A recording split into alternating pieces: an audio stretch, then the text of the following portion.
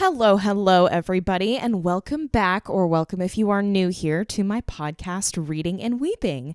My name is Julia, and I am your host, and in this podcast, we talk about all things books, all things reading, so I am so excited that you are joining me today because this episode is going to be a good one. Now, I don't know if anyone can relate to this, but I am recording this in the beginning of February of 2023, and it's officially feeling like the holidays are over. Like, no one's saying Happy New Year anymore.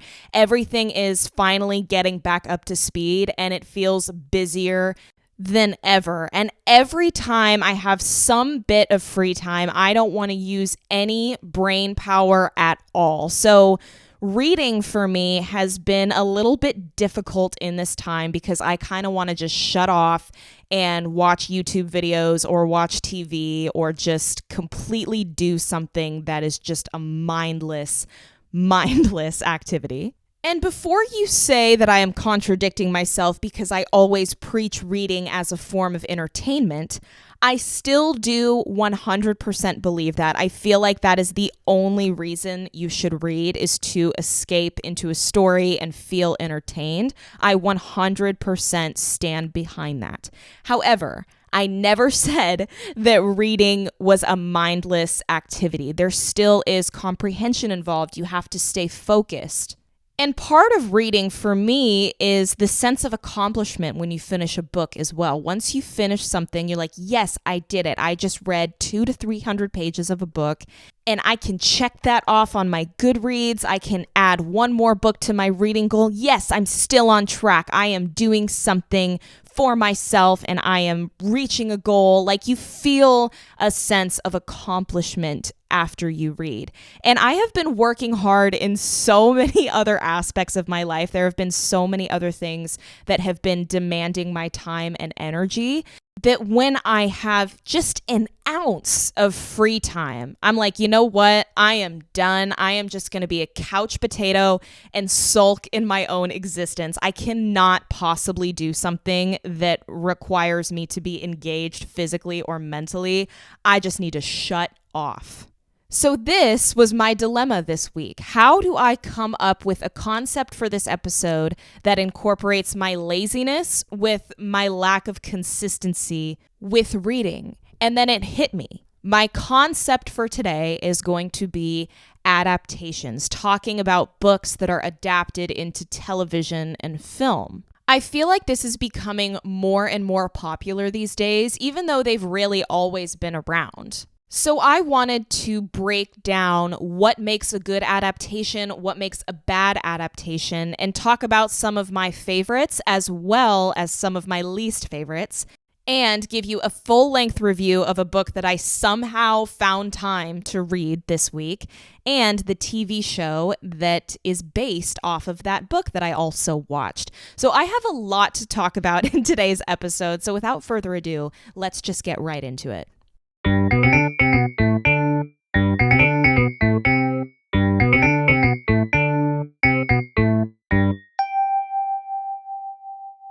So we've all heard the saying, the book is better than the movie. I mean, maybe that's not a saying, but it's always the common opinion whenever an adaptation comes out. This is especially the case whenever a movie adaptation comes out specifically, because a lot of the time, movies don't have time to get into the nitty-gritty details that are mentioned in the book. But as of recent years, a lot of these adaptations are actually TV shows, which I personally think is the best format to do an adaptation because you have so much more time. You can do 8 episodes, you can do 10 episodes, you can make them 30 minutes each, you can make them an hour each, and you have so much time to build the world that audiences originally fell in love with. But even then, adaptations are set up pretty much to fail a lot of the time because an adaptation is usually done by one director.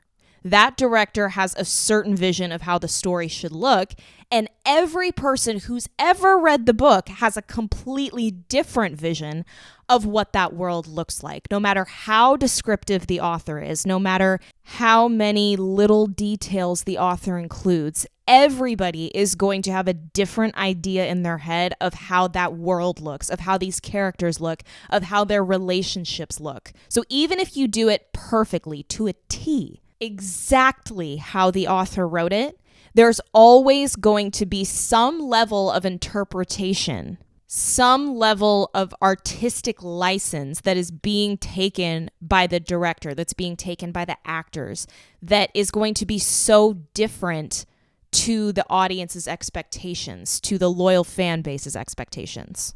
And when it's a book series, it's that much harder because you have to maintain a level of consistency. You have to keep things the same throughout the amount of episodes or throughout the amount of movies that are made. And what if different directors come in? What if different writers come in? How much is the author involved? There's so many different things that go into creating adaptations, and there's constantly so much that can go wrong, and why people are usually disappointed by them every time at some level. This is not to say that all adaptations are bad. I wouldn't say that in any capacity. I think one of the most successful adaptations and one of the most successful franchises based off a book is Harry Potter. I mean, those books and those movies are everything to that fan base. I mean, they created an entire subset of an amusement park based off of Harry Potter. That's successful.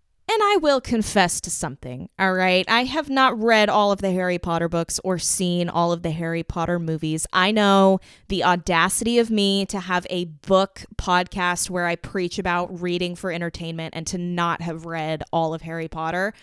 I get it, okay? I get it. That's a little bit hypocritical, but I did read the first couple books and I saw the first couple movies. I enjoyed them. I have a Pottermore account. I'm a Gryffindor. I have a Patronus, even though I don't really know what that means. I have a wand that's made of like unicorn hair, okay? I don't know. But I think that just goes to show how influential Harry Potter is. Like, there are people who have just watched the movies and never read the books and are able to completely enjoy the franchise. Some people who are really like huge Harry Potter fans might disagree with me on that, but I feel like you still get a sense of how magical and how special it is from the movies alone. I certainly feel that way, even though I haven't read all the books or seen all the movies. What I've seen, I've been able to understand the appeal of it. So I think that is a quintessential example of a good adaptation. Something I think that is also so unique about that franchise and why I think it stood the test of time is because the cast and how much they truly understand the impact of this story and how much they truly care about the fan base and how much it's meant to them. Because after all of the deeply upsetting and troubling and problematic comments that J.K. Rowling has said in recent years, it's made a lot of people who have loved Harry Potter and identified with it feel almost excluded and betrayed by the person who created this world that they felt so at home in. And I just really love how the cast of Harry Potter has really rallied around the fan base and condemned what J.K. Rowling has said. I think it just goes to show how powerful that world is, but also how instrumental the films are to the franchise, how they've sort of become intrinsically tied in with the books. It's not just, oh, there's a movie made off of these books. It's, no, these movies and these books are the same thing. They are intrinsically tied together, and the book is not the only thing, and the author is not the only thing that gets to dictate the themes of this book and the messaging behind it. It's so much bigger than her. It's so much bigger than the books. It's so much bigger than the films even. And I think the fact that it's as far-reaching as it is a testament to how important the adaptation actually was to this franchise and how good it was, how successful it was. So that's my little Harry Potter rant. I felt like I couldn't talk about adaptations without talking about Harry Potter and the impact that it's had and the longevity that it has. But for me, the first adaptation that I saw that I really, really loved based on a book I'd read when I was a kid was actually The Hunger Games. And honestly, looking back on it now, I have no idea what I was doing in 5th grade reading The Hunger Games. That book is dark as fuck. Like, I don't understand how I read that and was like, ooh, am I Team Gale or Team PETA? Like, girl, there are people that are dying. It's like that Kardashian meme. Kim, there's people that are dying. I don't know what the hell I was doing reading that book because it did not fully sink in for me how dark and depressing it was. Maybe it's sinking in for me now because of just the state of our world and how depressing everything is on like a daily basis. But I don't know why that just didn't click for me when I was in 5th grade. But somehow the filmmakers of this franchise knew that there were a bunch of 5th graders reading this really, really terrible, violent book. They knew that, and they tailored the movie to that. That movie could have been rated R easy, but it was rated PG-13 because they showed the death and stuff not in like a gruesome, gratuitous way. It was showing it to where it was really scary and really sad, but not in a way that was overly terrifying. Or maybe it's just that I'm more sensitive now than I honestly was back then. I mean, the kinds of things that we see on social media and just the regular media, honestly, every single day. If you turn on the news, you're just going to be depressed and sad and a little bit scared because that's just how our news cycle is nowadays. So when you watch something like The Hunger Games, you're like, this is too much. I already see violence like this on TV and on my phone every day. This is just too much. I don't need to see this anymore. I don't. But back when The Hunger Games came out in theaters, I went and saw it like 4 times. Same thing with Catching Fire. I saw it like 4 times in theaters. That was more than I'd ever seen any movie in theaters before. Like, why not just wait for it to go to DVD? You know what I mean? It was before streaming as well. Streaming's a fairly new thing. I sound like a grandma talking about this, but Netflix didn't really take off until probably like 10 years ago. So I don't feel bad talking like this because this was very recent history to me. And I'm part of Gen Z. So you know what? It's not like we're all on TikTok all the time and that's all we've ever known. No. Stuff went to DVD. All the time. That was very recently in history, so I am not going to apologize for sounding like this at all. But I loved The Hunger Games. I loved it. Jennifer Lawrence, perfect casting, honestly. Like, she had just been nominated for an Academy Award for Winter's Bone, and then she got cast as Katniss in The Hunger Games, and she was fantastic. She played the role so well. And I seriously don't think anyone could have played it half as good as she did. And then Josh Hutcherson as PETA. Oh my God, I was in love with him. He portrayed PETA in such a sweet, cute, innocent way. And in the books, I remember loving Gale more, but in the movies, I loved PETA more. And Liam Hemsworth as Gale was really good. I just didn't love him like I loved PETA. I really did. And then Woody Harrelson as Haymitch was perfect. The point that I'm trying to make is the casting in this was absolute perfection, that it kind of didn't matter how the rest of the world was set up, like how Pan Am looked or how the District 12 looked or how the arena looked or the cornucopia or whatever. Like, none of that mattered because the casting was so good. And that's just my opinion. But I truly think that that film would have suffered if they didn't cast the right people. And I think they did a fantastic job. This was also an adaptation, though, where they had different directors and very different styles of directing throughout the 4 movies. Specifically from the first to the second movie, it felt very different. But I think they still maintained consistency because they captured the tone of the books so well. Like, it was almost necessary for there to be different directors to capture the feeling, because the second movie had a lot more grandeur. Like, they had the quarter quell, I think it was called. I haven't read those books in a really long time, you guys, but I remember it was the 75th Hunger Games, and the champions of all the past Hunger Games were having to compete against each other. And they did a great job of showing like the glamour and the grandeur of District 1 and how important the Hunger Games are there and how they make it into like a reality show, basically, like a really fucked up reality show. They did a great job of doing that in Catching Fire, and then showing the actual games and how gruesome and how sad and terrifying they were, because people were fighting for their lives.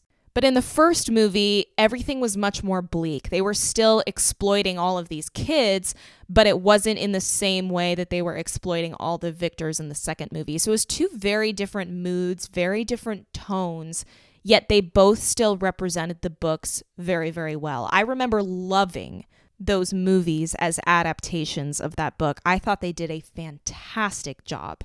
Now let's get into an adaptation that I didn't really love, okay? And this is kind of shocking because this adaptation is a book that was turned into a miniseries.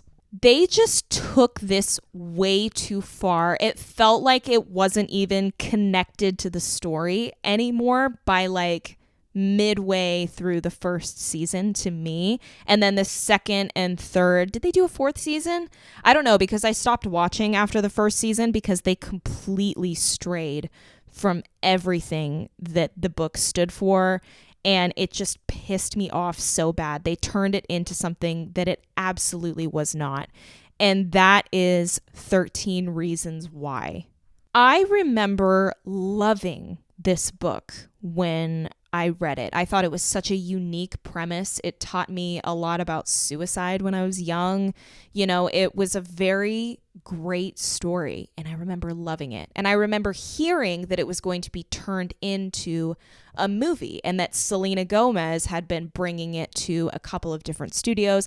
I thought she was going to be in it. I was very excited because I think Selena Gomez is a great actress, but she ended up producing it. And I remember it came out finally 10 years or something like that after it was originally pitched to a bunch of different movie studios.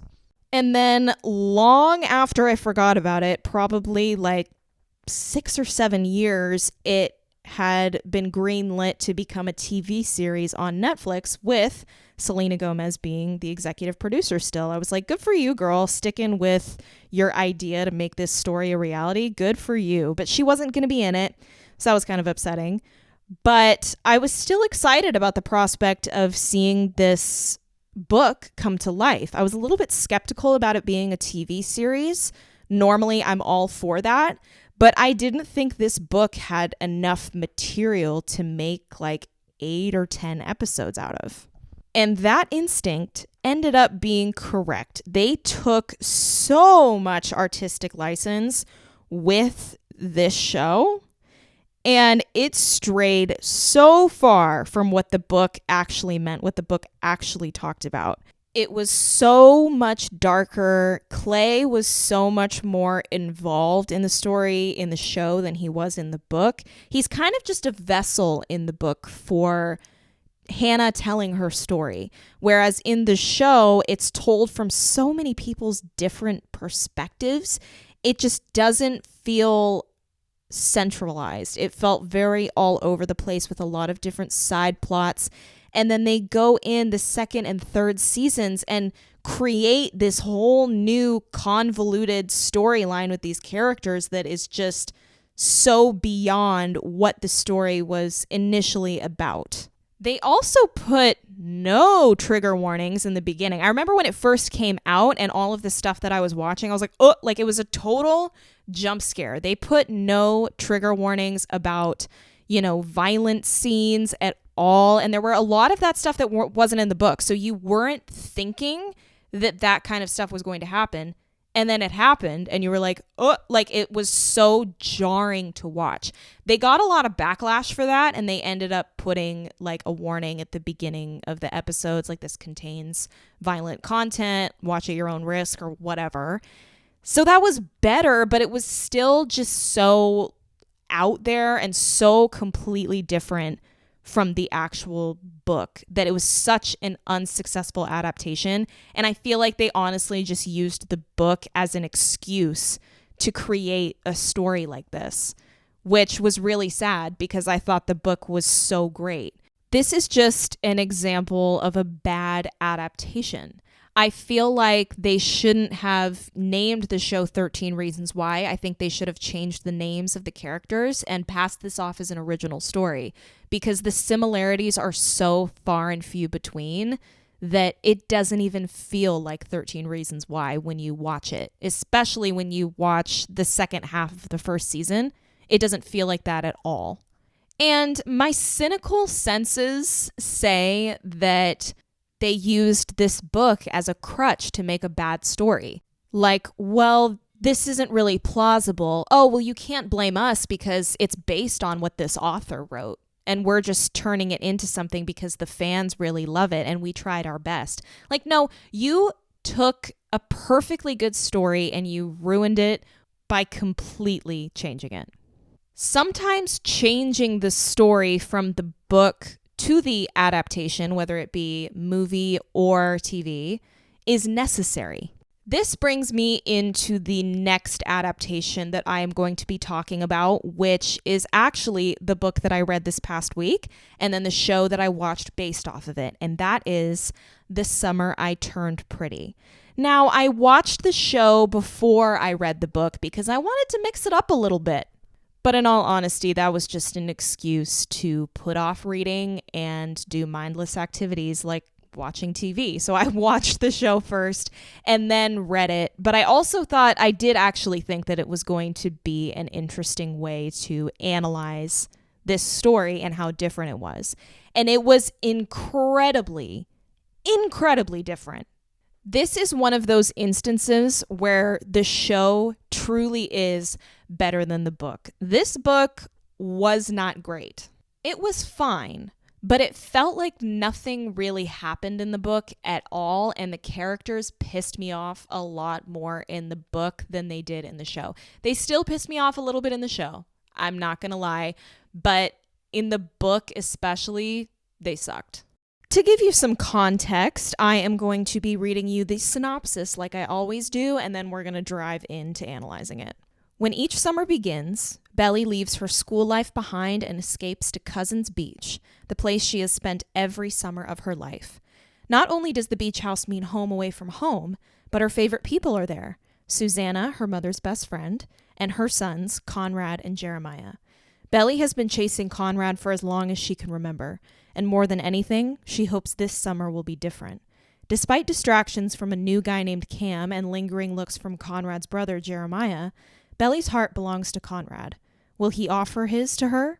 Will this be the summer that changes everything? This is a pretty good representation of the book and the show. Just in general, I think when you actually get into like the storylines and how they're structured, they are very different, but this is a really good overview of the characters and what they go through. It's basically just like a classic teen romance. Fair warning, for this adaptation and the book, I am going to have to spoil some things in order to tell you the differences and what worked and what didn't work. So if you want to read this and you haven't yet, official spoiler alert.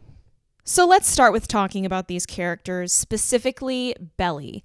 The title here, This Summer I Turned Pretty, is an allusion to Belly and how she basically glowed up. She went through puberty and she's hot. And now everybody at this beach town knows her and is starting to look at her in a different way.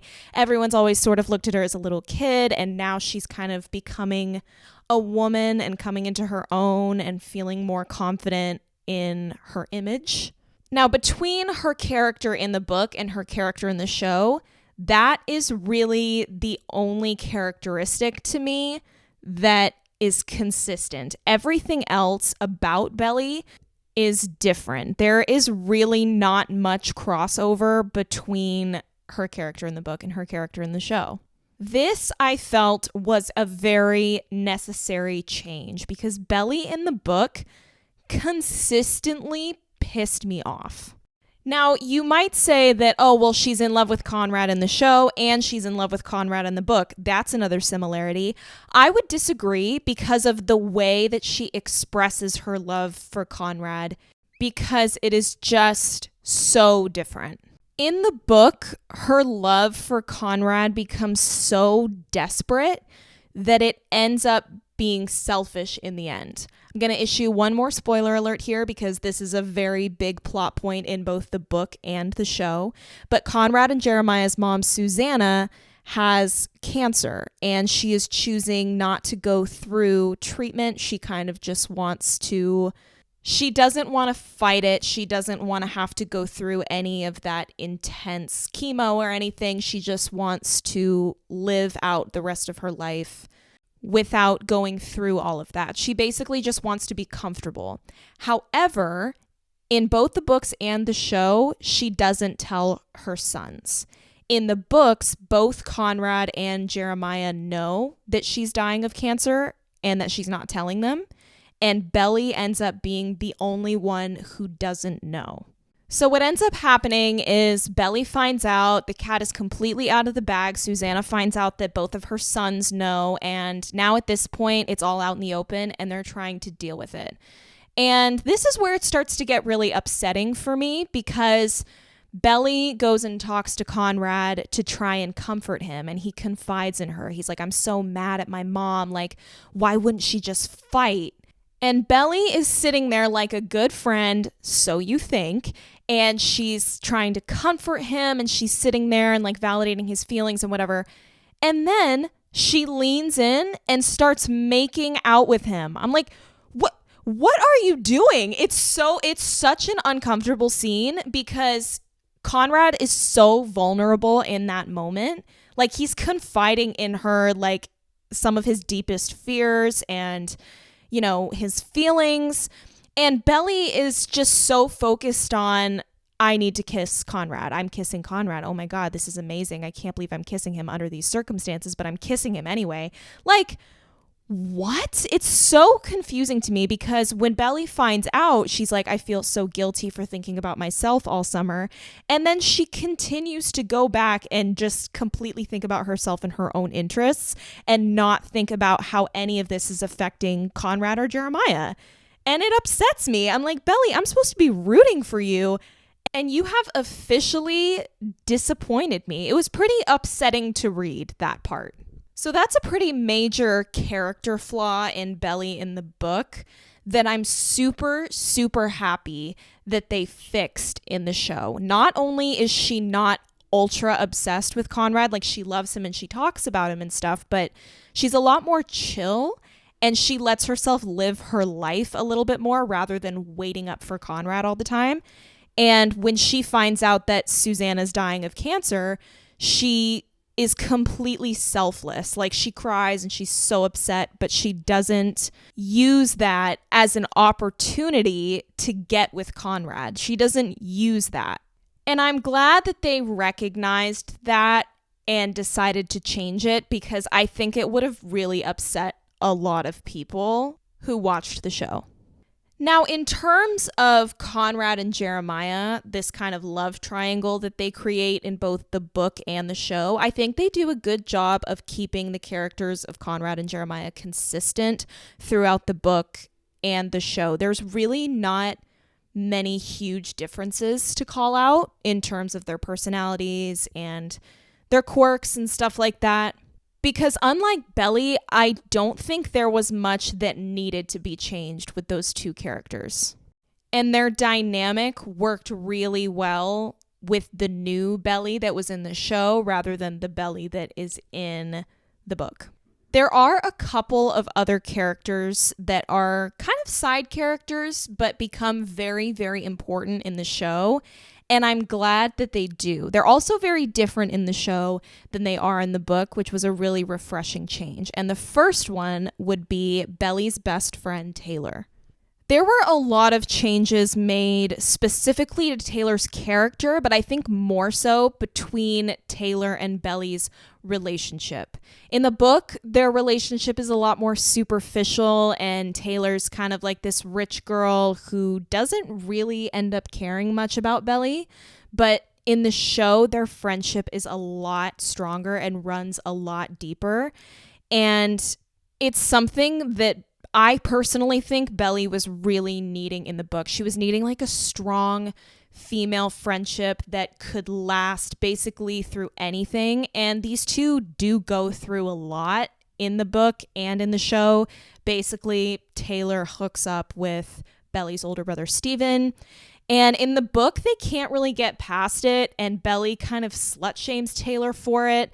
But in the show, their relationship is a lot more complex. And so when that moment happens, you can see that there's a lot of pent up resentment on both sides of that relationship. But because they have that foundation of such a strong relationship, it all feels superficial, and it still gives you hope that they're able to get over it. And they do. Whereas in the book, Belly says that Taylor is a slut for doing that. And then she's like, yeah, me and Taylor weren't really that close after that. Like, we were still friends, but we weren't best friends. And that just felt like a real failure in the book, because personally, in stories like this, I think that friendships, especially female friendships, are really important to the development of the character in a coming-of-age story, like I believe this is.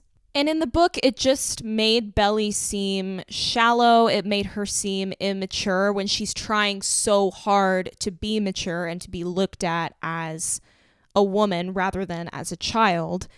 And you can just really see in that moment how little she's truly grown throughout the book. Whereas in the show, they're able to move past it and they finally listen to each other and hear each other out. And I think their friendship is actually stronger because of it. Another relationship that is extremely important in the show that wasn't even actually cultivated in the book was the relationship between Belly and Conrad's girlfriend for the summer, Nicole. In the book, Nicole is just that. She's just the girl that Conrad's hooking up with. They aren't even dating in the book, and they don't really ever actually date in the show, but they're just like a thing, pretty much. And in the book, that's all she is. She's just basically a plot device to make Belly jealous.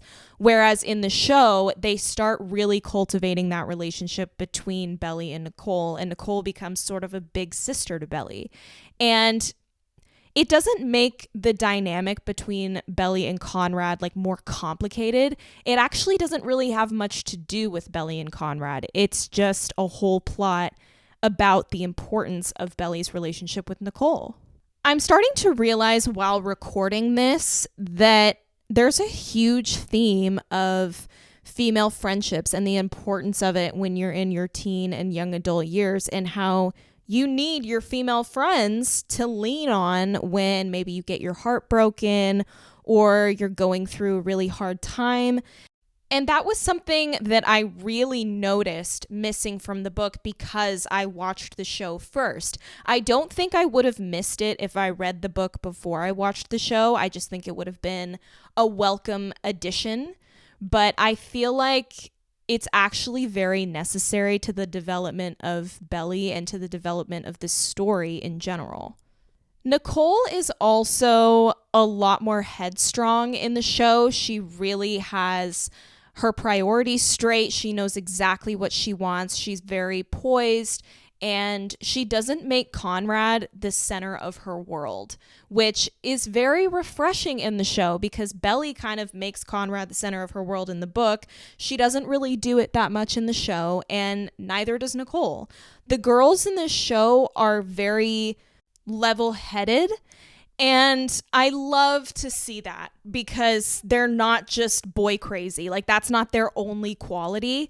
They also have their own lives and their own interests, which is really cool because these boys are such stinkers in this show. There are so many times where they do something idiotic and immature and just stupid. And then they act like the girls are the ones who need to grow up. A great example of this is when Nicole confronts Conrad about liking Belly. This is in the show, by the way. She confronts him about liking Belly, and he's like, I'm sorry, I didn't mean to hurt you. And she says, you didn't hurt me. You wasted my time. There's a difference, which is such a girl boss move. Like, she knows what she wants. She knows what she's worth. And to have that kind of influence in Belly's life is so important because she really grows into her own at the end. And she knows that she's a lot more than just a pretty face. She's somebody who deserves to be appreciated and cared for. And she knows she deserves to fall hard for somebody who's going to fall hard for her back. If she had that kind of influence in the book, I think she would have been a little bit less desperate for Conrad. So to me, those are the major changes when it comes to characters and the relationships in the book. But I think where this show really shines is the big changes that they made to the plot. Now, I normally don't love this. Like, a great example was 13 Reasons Why, where they change a lot of the plot points, but I felt like it was very necessary in this story in order to cultivate the relationships that I just talked about. The biggest plot point being the debutante ball. Now, I haven't read the second and third books, so I don't know if there's a debutante ball in those, but there is definitely not one in the first book, and there is one in the show. You might think to yourself, well, that's not really that big of a deal, and if anything, like, you talk about how this book talks about female empowerment, but that sounds like very anti-feminist.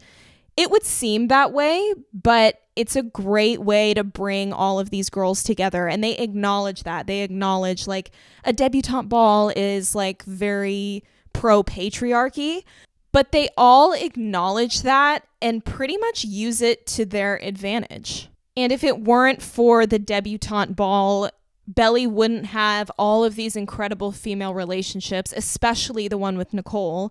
But there's also a bunch of other girls that aren't really in the book that become very central in the show. And it feels so nice to have a very strong circle of friends around Belly as she's figuring herself out. Another huge plot point that is in the show that is very different from the book is that the only two people who know that Susanna is dying of cancer are Conrad and Belly's mom.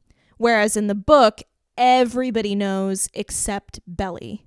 This really aids in Conrad's character development because he's carrying this entire burden himself. He doesn't even want to let his mom know that he knows because he doesn't want to upset her. And he doesn't want to upset his brother. He doesn't want to upset anybody because Jeremiah doesn't know in the show and he knows in the book. But you can see Conrad cope with the burden of this information in a really unhealthy way. He turns to alcohol a lot of the time and he just ends up being really mean and really cold to the people that he loves. It also really changes the dynamic of Jeremiah's character because when he does find out when they're at the Deb ball, he breaks down and starts crying, and you see the complete opposite of this happy-go-lucky guy that he's been throughout the entire series, and it just totally breaks your heart. And then at this point, everybody finds out. Belly finds out, her older brother Steven finds out, and it really shifts the entire tone of the show, which is something that I wasn't expecting, but it was a very welcome change because you felt like a lot of what was going on with the love triangles and stuff like that, it felt a bit trivial. So the heaviness of that moment is really welcomed in the show because you start to realize what is important in your relationships, what's important in the world around you and in the world around these characters. And Susanna ends up agreeing to go through with a trial. So it gives you a little bit of hope at the end. It makes you excited for the next season. And it actually makes me excited to read the next couple books, even though all of that wasn't necessarily the same. I'm still excited to follow along with these characters' journeys and see where they go from here and how they're coping with something that's really, really life-altering. I'm very excited to see where Belly goes, especially in the next book. I hope that she grows a lot more into a mature young woman like she is in the show. And I hope that in the show, she continues along with that journey. And I actually think The Summer I Turned Pretty is a great example of how an adaptation can surprise you, how it can bring something new and something fresh to a story that you've already heard before. And while I'm normally pro original screenplay, pro original stories being written for the screen, and anti adapted screenplays, I get excited about book adaptations because I look at them from the perspective of, okay, this movie is not going to replace the book. It's going to expand on the story and expand on the world that these characters are living in. And it's going to bring a fresh point of view to this story. And it's going to enhance the book if I go back and I read the book again. And I think this actually all goes back to reading books for entertainment purposes, because when you look at the book as the primary source and as the lifeblood of this story, you don't necessarily see the movie as a representation of that story. You see it rather as a supplement, as an extension of that world that these characters are living in. And this doesn't mean that I haven't been disappointed by certain adaptations, because I definitely have. But I don't let it ruin the entire story for me, because I know that the foundation that these shitty adaptations were built on are actually really strong. And I know that I can go back to the book if I want the story to be told in its original form. And I know that if I don't like the book or a certain aspect of it that they do better in the show, then I can go to the show and experience it that way. But I think recognizing that the books and their adaptations are intrinsically tied in the same universe rather than mutually exclusive or representative of one another will make you more open-minded and more optimistic about different retellings of this story. Because expanding to different mediums validates the passion that the fan base has for the story and validates how real these characters are when it comes to their influence and it comes to the story's influence. So I think that is going to conclude our episode today. I really appreciate you listening, and I hope you found this insightful or at the very least entertaining to listen to. But thank you again for tuning in. I am truly grateful, and I am excited for the episode next week as well. So to conclude, I am going to read off the quote that I have been reading by C.S. Lewis for the past few episodes that really encapsulates my philosophy on reading. No book is really worth reading at the age of 10, which is not equally and often far more worth reading at the age of 50 and beyond. Thank you so much for joining, guys, and I'll see you next week. Bye.